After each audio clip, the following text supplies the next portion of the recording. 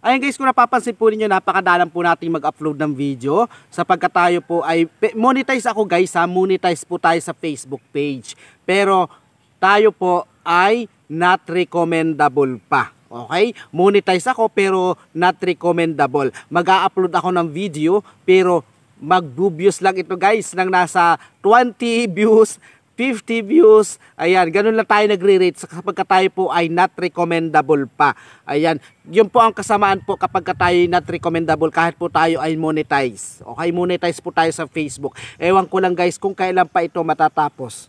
Yung ating pong not recommendable. Yun na lang po ang guys ang hinihintay ko. Oras na dumating na po muli at tayo po ay maging recommendable na rin po sa ating pong Facebook page. Araw-araw na po muli tayo mag-a-upload ng video. Sa ngayon po is parang minor-minor lang tayo. Sa TikTok muna ako naglalaan ng oras kasi doon tayo po medyo kumikita. Okay, kumikita po tayo sa Facebook, sa ating pong TikTok, kahit po ang ating pong followers po doon ay wala pang 1,000.